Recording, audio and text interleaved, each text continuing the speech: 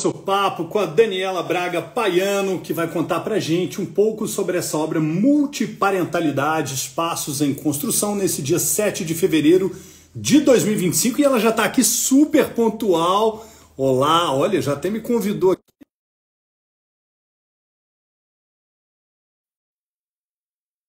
desse belíssimo trabalho da Daniela, que é pós-doutora e doutora em Direito Civil pela Faculdade de Direito da Universidade de São Paulo, a USP, professora associada do Departamento de Direito Privado e do Programa de Mestrado e Doutorado da Universidade Estadual de Londrina, UEL. Ei, Daniela, bom dia! Bom dia, Léo, tudo bem? Você me vê, me ouve? Perfeitamente, tudo ótimo. Só terminar aqui teu currículo. Coordenadora da pós-graduação de Direito de Família e Sucessões da UEL e coordenadora do projeto de pesquisa Contratualização das Relações Familiares e Sucessórias, associada ao Instituto Brasileiro de Direito de Família, o IBDFAM, e ao Instituto Brasileiro de Responsabilidade Civil, o IBERC. Muito obrigado por estar aqui conosco, Daniela.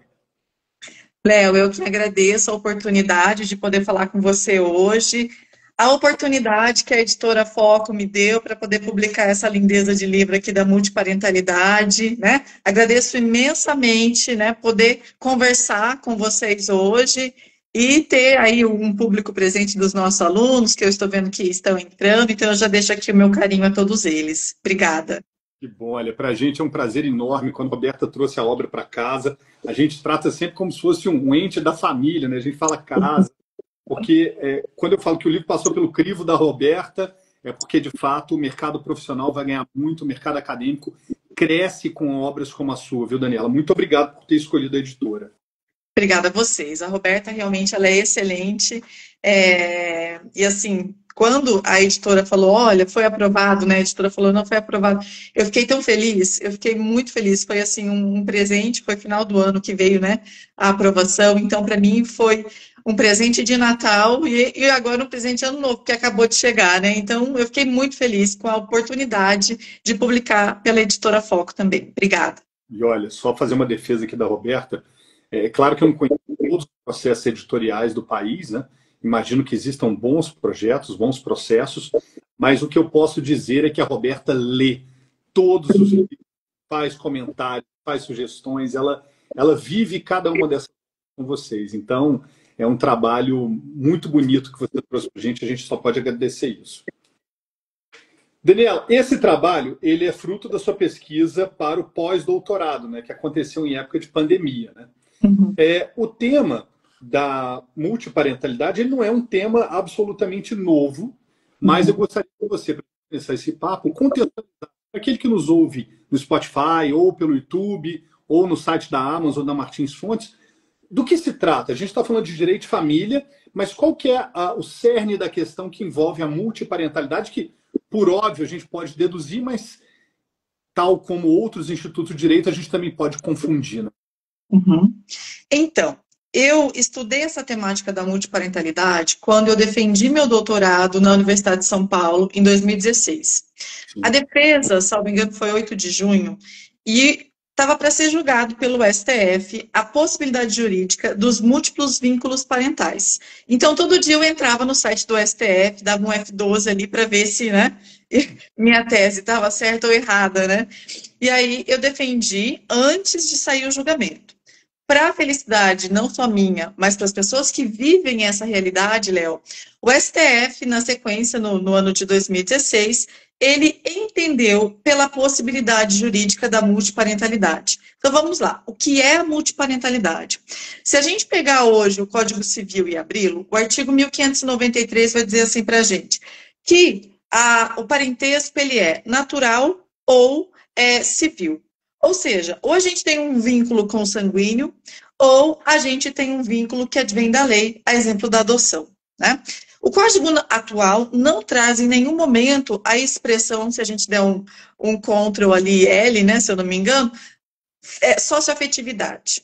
Mas hoje a gente sabe, né, e desde sempre ela existe, que a família é formada não apenas por vínculos biológicos, mas também por vínculos de afeto, por vínculos socioafetivos. Então, com a possibilidade jurídica da multiparentalidade, o que é que a gente temos? Que nós temos a formação do parentesco não apenas por vínculos biológicos, mas de forma concomitante por vínculo socioafetivo. Então, lá na tese, eu já trouxe um contraponto a esse artigo 1593, mencionando que o parentesco ele não é natural e civil, né? Desculpa, ou civil, Ou como se diz o código. Mas ele pode ser natural e civil, quando decorrem da multiparentalidade.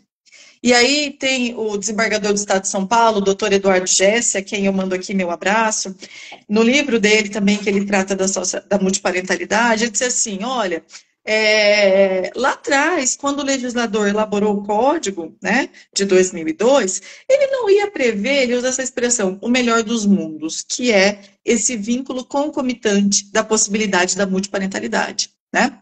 Mas, embora ele não previsse ou fechasse os olhos para isso, e fechou, que ele não colocou isso de forma expressa, né? E muitas coisas não são colocadas de forma expressa no código, embora elas existam, elas demoram, né, para amadurecer socialmente, para depois começarem a vir os julgados e tudo mais, e hoje os provimentos do CNJ, né? Embora ela não existisse na forma legislativa, no mundo fático, a multiparentalidade já existia. existe há muito tempo. Existe há muito tempo, né, Léo? Então, assim, nós estamos falando dessas recomposições familiares em que nós temos esses novos vínculos que são gerados. E, às vezes, Léo, ano passado eu dei uma palestra aqui na UEL para a recepção dos novos ingressantes e os outros alunos também foram convidados.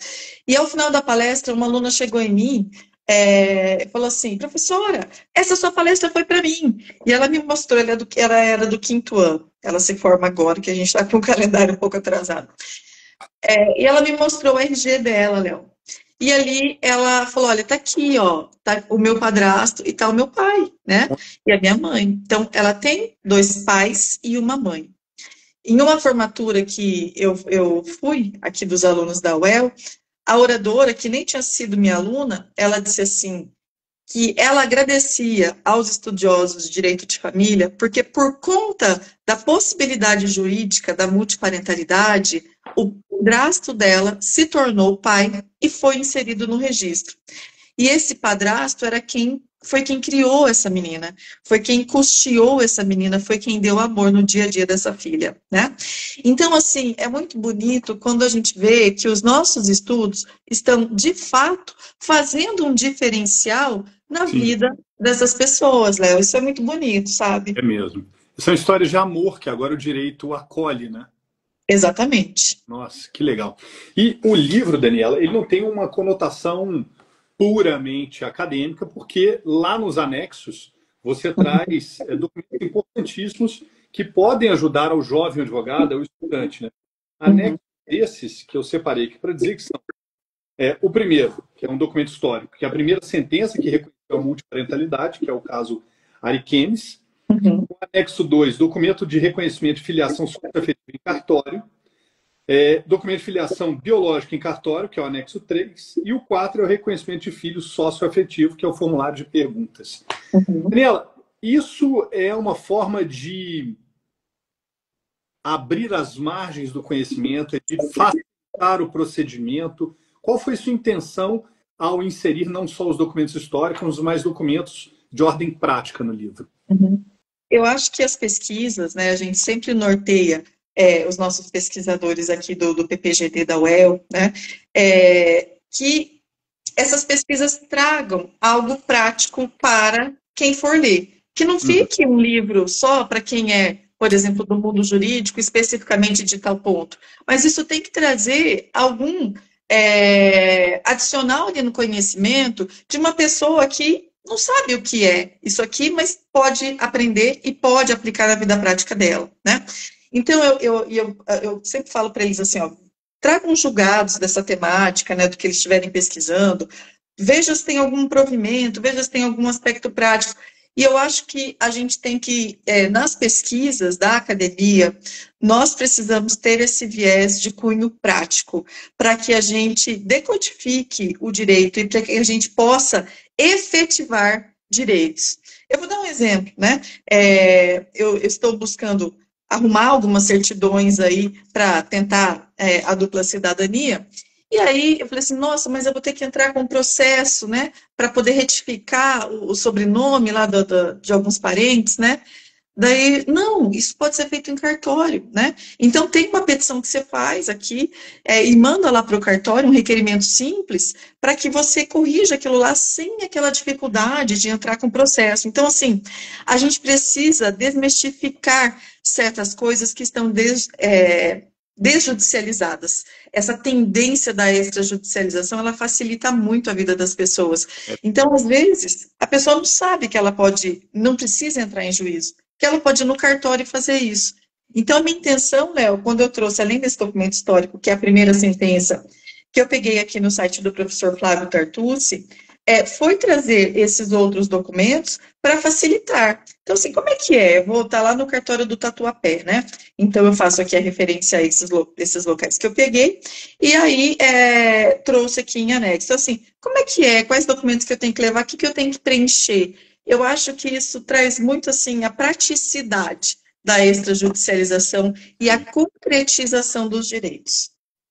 A Foco vem batendo muito nesse ponto, não batendo, né, mas alertando que existe ali, eu sempre falo, né, Daniela, nas minhas postagens, vamos prosperar juntos. Porque a gente quer ver essa geração de jovens advogados conseguindo um espaço no mercado. E a advocacia extrajudicial, ela é um mar de oportunidades. Aí você confirmou isso aqui sem a gente sequer ter combinado qualquer coisa a respeito. Exato. Mas eu tinha separado aqui da sua apresentação um tema que me chamou a atenção. Ele começa assim: após o amadurecimento do tema e agora com a possibilidade de reforma do Código Civil, já quero saber um pouco sobre a reforma, você continua até que fala assim: na sequência, analise-se a extrajudicialidade do reconhecimento multiparental, os provimentos do CNJ e alguns dados estatísticos. Ótimo. Trata-se em seguida de questões que estão em aberto. Fiquei curioso. Que questões estão de fora? Então, uma primeira parte da pergunta: o projeto do Código Civil, da reforma, e que partes ficaram de fora? Tá bem.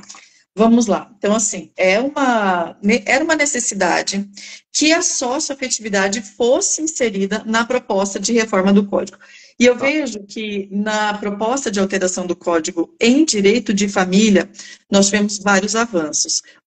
Um deles é a inserção, e aí eu vou focar nisso, da socioafetividade com os reflexos dela. Quais reflexos que a gente tem? Então, quando a gente tem de forma expressa a palavra socioafetividade na proposta, e por consequência a multiparentalidade, se eu der um Ctrl F hoje nessa proposta que foi apresentada, nós temos 6 itens constando a multiparentalidade. A multiparentalidade está presente no reconhecimento da filiação, a multiparentalidade está presente ali nos alimentos, ela está presente na criação de parentesco e na adoção. Então, esses são os pontos que a proposta traz. Mas, eu vou, antes de falar do que ela trouxe, o que está ainda em aberto? Então, o que eu não vi na proposta de alteração do Código, tá? Vejam, na proposta de alteração do Código, ele não menciona a sucessão quando nós temos uma pessoa que tem 3 genitores. Vamos trabalhar com 3 genitores, né? Deu agora. Oi? Esse exemplo que você deu recentemente. Então, nós temos aqui alguém que falece e tem 3 genitores.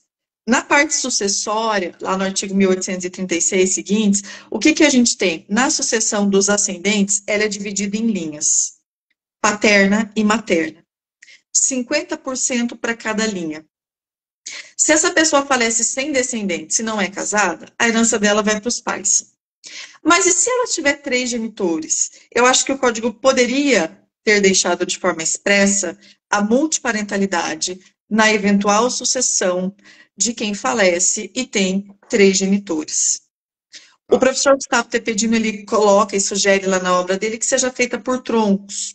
Ao invés de falar linha, porque senão nós vamos ter, por exemplo, 2 mães e um pai. Se a gente dividir por linhas, o pai receberia 50% e 25% ficaria para as mães. E isso é injusto. Então, a minha sugestão legislativa, inclusive de lei diferenda, é que seja feita a divisão em 3 partes, seguindo essa igualdade que veio, né? Não importa se eu fale por cabeça, por linhas ou por troncos, mas que seja feita de forma igualitária. Eu acho que... Muito bom. Daniela, vamos falar um pouquinho do sumário? Para que as Vamos. pessoas estão nos ouvindo. Antes, vamos falar de uma coisa importantíssima. Quem quiser comprar o livro no site da Foco tem um desconto super especial usando o cupom. Daniela 20. Muito bem. Daniela 20 estava na ponta da língua. E Opa. para aqueles que já estão mais moderninhos, né? Não é meu caso. Eu assim, ainda gosto do livro físico. Eu sou uma traça. Quem quiser, o livro está disponível na Amazon e também na loja Google Play, tá? Então fiquem atentos aí se você é adepto ao Kindle ou gosta de ler por um outro leitor, o livro já está disponível nas duas plataformas e também em grandes instituições de ensino. Acredito que a UEL seja atendida pela Pearson e tenha lá também o livro na versão e-book. Então, são as formas que nós criamos do livro chegar onde precisa chegar. Então, fiquem à vontade para comprar o e-book na Amazon, no Google, no site da Foco, usando o cupom Daniela20, ou então acessando direto da faculdade gratuitamente. Se a sua faculdade não pede a Pearson, mas deve ter. Vamos lá. Sumário. Você separou aqui em 4 capítulos, e mais os anexos, né? Tem umas sugestões ainda, mas o principal são os 4 capítulos. E a gente começa com a multiparentalidade judicial. Você me interrompa, Daniela, para falar, Léo, importante eu destacar esse ponto aqui na multiparentalidade judicial. Tá bem. A gente tem o segundo capítulo com a multiparentalidade extrajudicial. A gente tem o capítulo 3 com os aspectos controvertidos da multiparentalidade, que é, sem dúvida nenhuma, o capítulo que mais mexe com a gente ali, que mais põe a gente para pensar. E o capítulo 4, proposta de alteração do Código Civil e a multiparentalidade, que eu acho que se relaciona com esse ponto que eu acabei de propor sobre as ausências. Ô, Léo, só para a gente fechar um pouquinho da proposta de alteração, se você me permite. Permite mais. O espaço Querido, é seu. imagina. Só para lembrar também que na parte de sucessão, ele não tratou. Bom, aqui pode ter um propósito, né? Ele não tratou da concorrência do cônjuge com os ascendentes, né? Então, aqui é uma outra polêmica, né? Ascendentes multiparentais, porque talvez aqui seja até proposital, porque o cônjuge vai perder a qualidade ali de herdeiro, né? Enfim, talvez seja por esse motivo, mas também, assim, no código de hoje, né? Eu faço uma proposta de alteração legislativa no sentido de que um cônjuge concorrendo com 3 ascendentes, né? Que seja dividida de forma igual também. Porque se ele concorre com 2, são 3 partes. Se ele concorre com 3, eu entendo que fique um quarto para cada um, também não falando ali de que maneira ele vai receber, né? Qual a forma da divisão. Obrigada, Léo. Então, por isso. E em relação a esses pontos que eu destaquei do seu sumário, você quer apontar alguma questão que seja, olha, isso aqui é importante a gente destacar? Quero sim, Léo. Se a gente tiver um tempinho aí para passar pelos capítulos, posso passar por eles, assim? Pode, fica à vontade. Tá bem. Então, no primeiro capítulo da multiparentalidade judicial, né? Quem foi meu orientador no pós-doutorado, meu supervisor, na verdade, né? Foi o professor Eduardo Tomás Serviços Filho, que prefaciou a obra, né? E já colocou, Léo, lá, eu vou mandar para ele, eu estou com os envelopes aqui para mandar para as pessoas que fizeram parte da banca, porque na USP, no Direito Civil, tem defesa, né?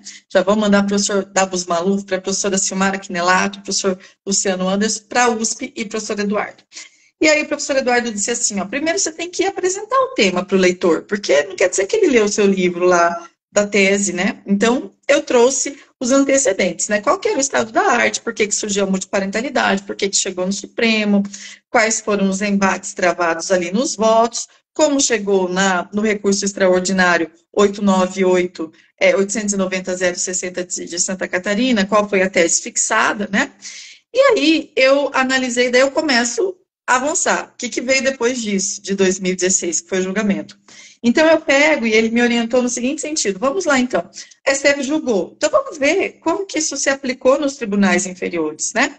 Então, ou da mesma instância ali, o STJ, né, que não é o Supremo, mas é um tribunal superior.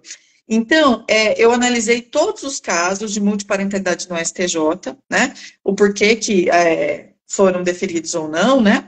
Depois, eu analiso nesse período de 1 ano, antes de eu entrar no pós-doc, para que eu tivesse um tempo, um marco temporal de 1 ano, para poder fazer a análise ali dos julgados. Então, algo legal que eu trouxe aqui é que eu trouxe dados estatísticos. Então, por exemplo, se a gente pega a página 26, 27 da obra, ó, então nós temos dados estatísticos dos julgados, tabulados ali, de casos que reconheceram, que não reconheceram, sentenças que anularam, foram anuladas, né?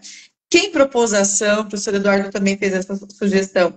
A multiparentalidade foi reconhecida porque quem pleiteou foi o filho, quem pleiteou foi o pai, foi a mãe, foram avós, enfim.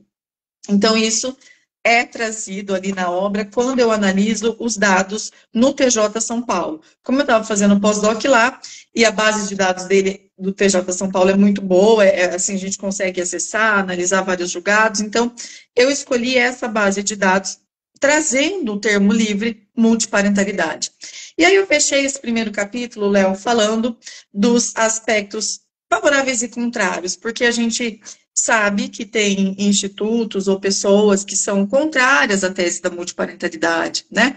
Mas a gente precisa pensar nas pessoas que vivem essa realidade e que são beneficiadas e têm seus direitos reconhecidos através do julgamento da multiparentalidade. Porque a crítica, Léo, assim que surgiu, era muito grande, no sentido de dizer assim, a pessoa vai ter direito de alimentos de 3 genitores, herança de 3 genitores.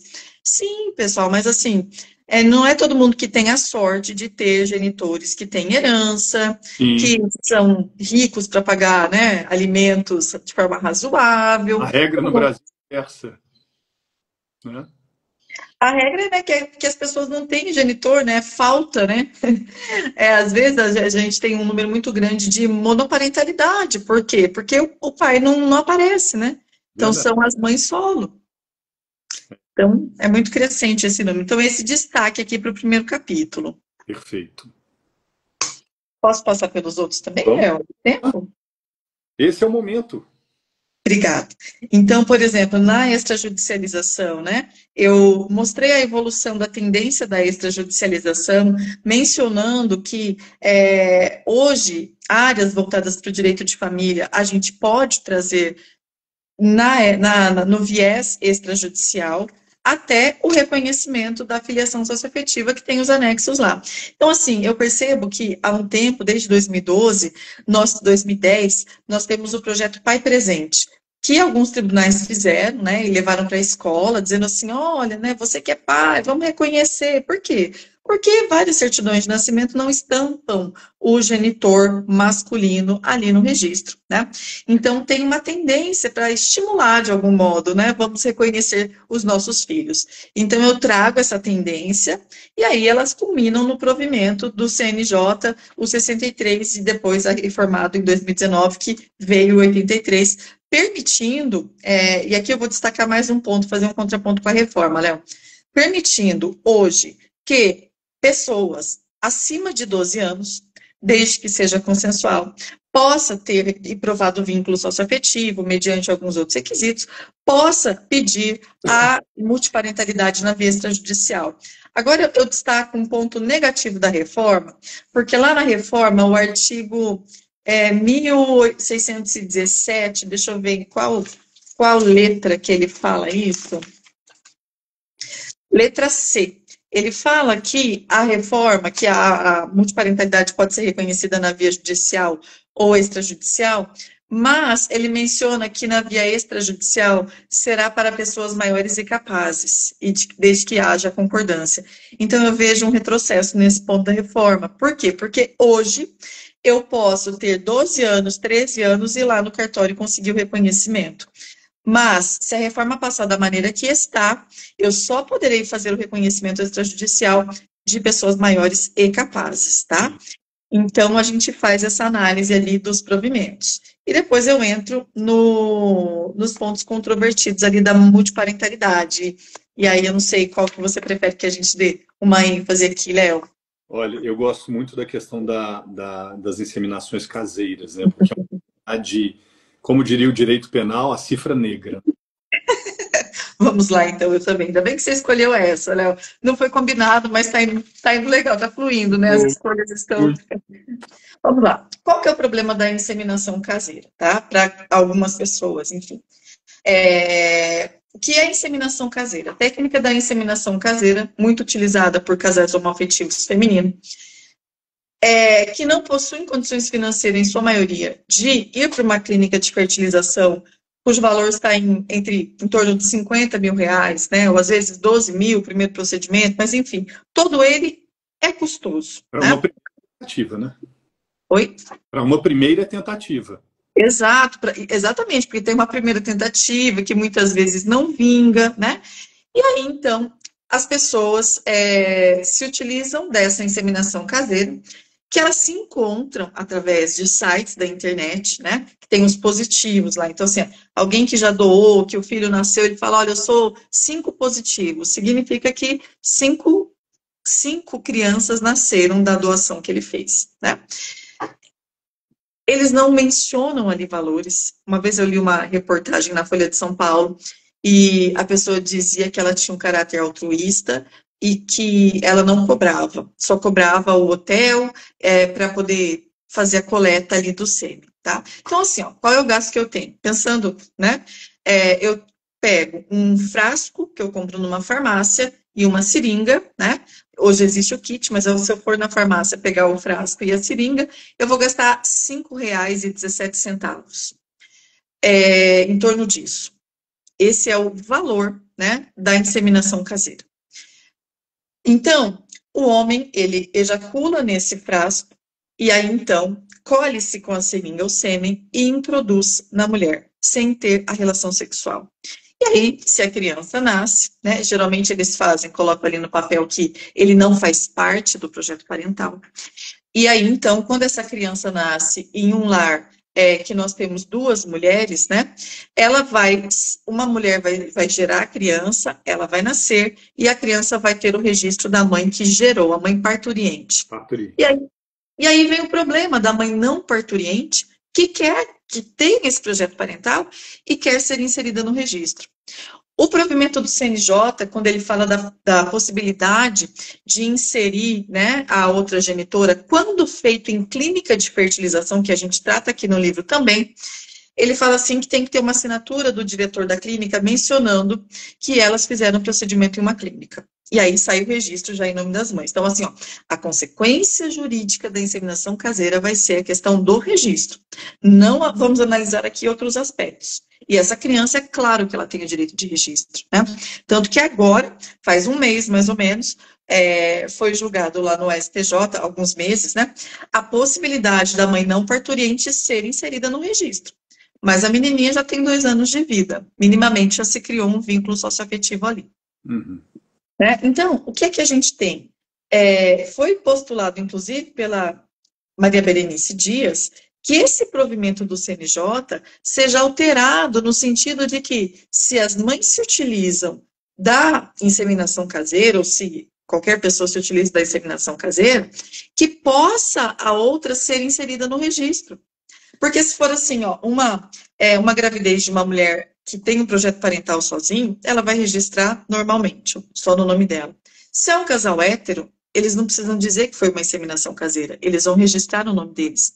Se é um casal homoafetivo masculino, nós vamos precisar de uma gestação por substituição. E eu vi aqui que a Cássia está assistindo, ela tem a dissertação nessa temática. Olha que interessante. Então, e se forem 2 mães, como é que eu insiro a outra mãe, né? E aí, então, precisa, na atualidade, judicializar para que a outra mãe seja inserida. Então, nós precisamos de uma alteração na proposta no provimento do CNJ no artigo 17, para permitir que não precise entrar com processo judicial em situações de inseminação caseira. Sim. E aí, onde entra a multiparentalidade, né, Léo?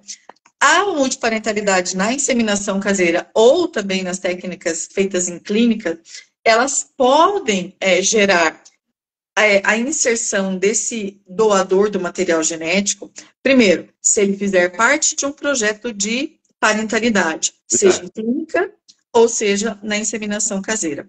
Segundo, a criança que nasce, se ela descobre que o doador do material genético foi o Luiz, que mora ali na esquina, e ela deseja entrar com uma ação de investigação de paternidade contra ele, ela vai entrar, vai fazer o DNA, vai dar positivo, e ele vai ser inserido no registro dessa criança, né? Então, assim, Quem corre o risco é o doador do material genético, porque pode-se até ser feito um papel falando que, olha, ele abre mão, mas não é ele que abre, porque é um direito É um dia. fundamental. É. Nossa, complexo. Muito complexo. Exato. Daniela, para a gente caminhar para o encerramento, que mensagem você deixa final em torno da obra, do tema? Como que te acompanha, né? As pessoas que entraram aqui pelo site do Foco, qual que é o seu Instagram? Fala um pouco para a gente dessa continuidade desse papo. Tá? Ainda Tá. assim. Tem que falar do lançamento também, né, Léo? Opa, Londrina está aí, né? Já está aqui com e os eventos que a gente vai ter. Até anotei agora aqui para eu não me esquecer, né? O meu Instagram é @DanielaPaiano, né? O meu e-mail é danielapaiano@hotmail.com ou @well.br. Fiquem à vontade para entrar em contato comigo, né? O livro está sendo vendido no site da Editora Foco com o cupom de desconto Daniela20, né? O lançamento oficial do livro, né, vai ser na última quinta-feira do mês de março, dia 27 de março, às 19 horas, na Livraria Curitiba do Shopping Catuaí, em Londrina. Não obstante a isso, nós temos alguns eventos que nós participaremos, né? Nós estaremos agora em março, eu e a professora Rita Espolador. Obrigada, Rita, por essa parceria toda. A gente escreveu um artigo para o Migalhas, né? Falando sobre a socioafetividade na proposta de alteração do código. E nós estaremos em um evento na Universidade de Ourense, na Espanha, e o livro estará lá presente, vai ser doado um para a universidade. Nós estaremos também depois, em março, talvez em Presidente Prudente, na semana ali do dia 17, em homenagem ao Dia da Mulher, faremos uma palestra a convite da presidente do IBDFAM, de Presidente Prudente, a doutora Denise Cacheta. Então, o livro estará lá presente para venda. Depois também estaremos presente, deixa eu ver aqui, no mês de maio, nos dias 28 e 29, no Congresso do Mercosul, e o livro também estará lá presente para venda, né? Nós presidimos ali, sou coordenadora do Prêmio Zeno Veloso, então você que fez a defesa da sua dissertação, da sua tese ou inovação tecnológica e queira participar do evento, né? Inscreva a sua tese, que de repente você é premiado com o Prêmio Zeno Veloso de melhor tese, melhor dissertação. Então, teremos esse evento lá. E, em seguida, nós teremos também um evento no dia 6 e 7... Opa, foi para frente aqui. Maio, junho.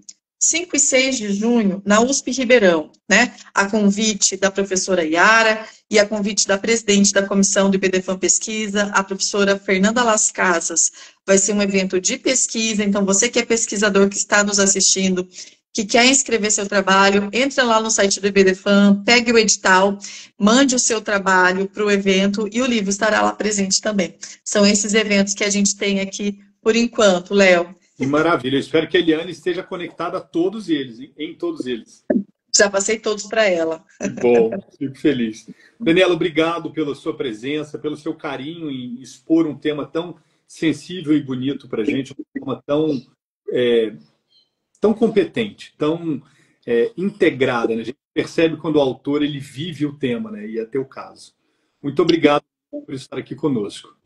Léo, eu quem agradeço mais uma vez, né, a possibilidade de falar da minha pesquisa, a oportunidade que a Editora Foco me deu de divulgar essa pesquisa aqui da multiparentalidade, trazendo esses aspectos práticos, né, tanto na questão extrajudicial, quanto ali das decisões, dos julgados, enfim. Obrigada, Roberto, obrigada a você, obrigada a Eliane, que está conectada com essas datas que a gente tem aí dos eventos, né?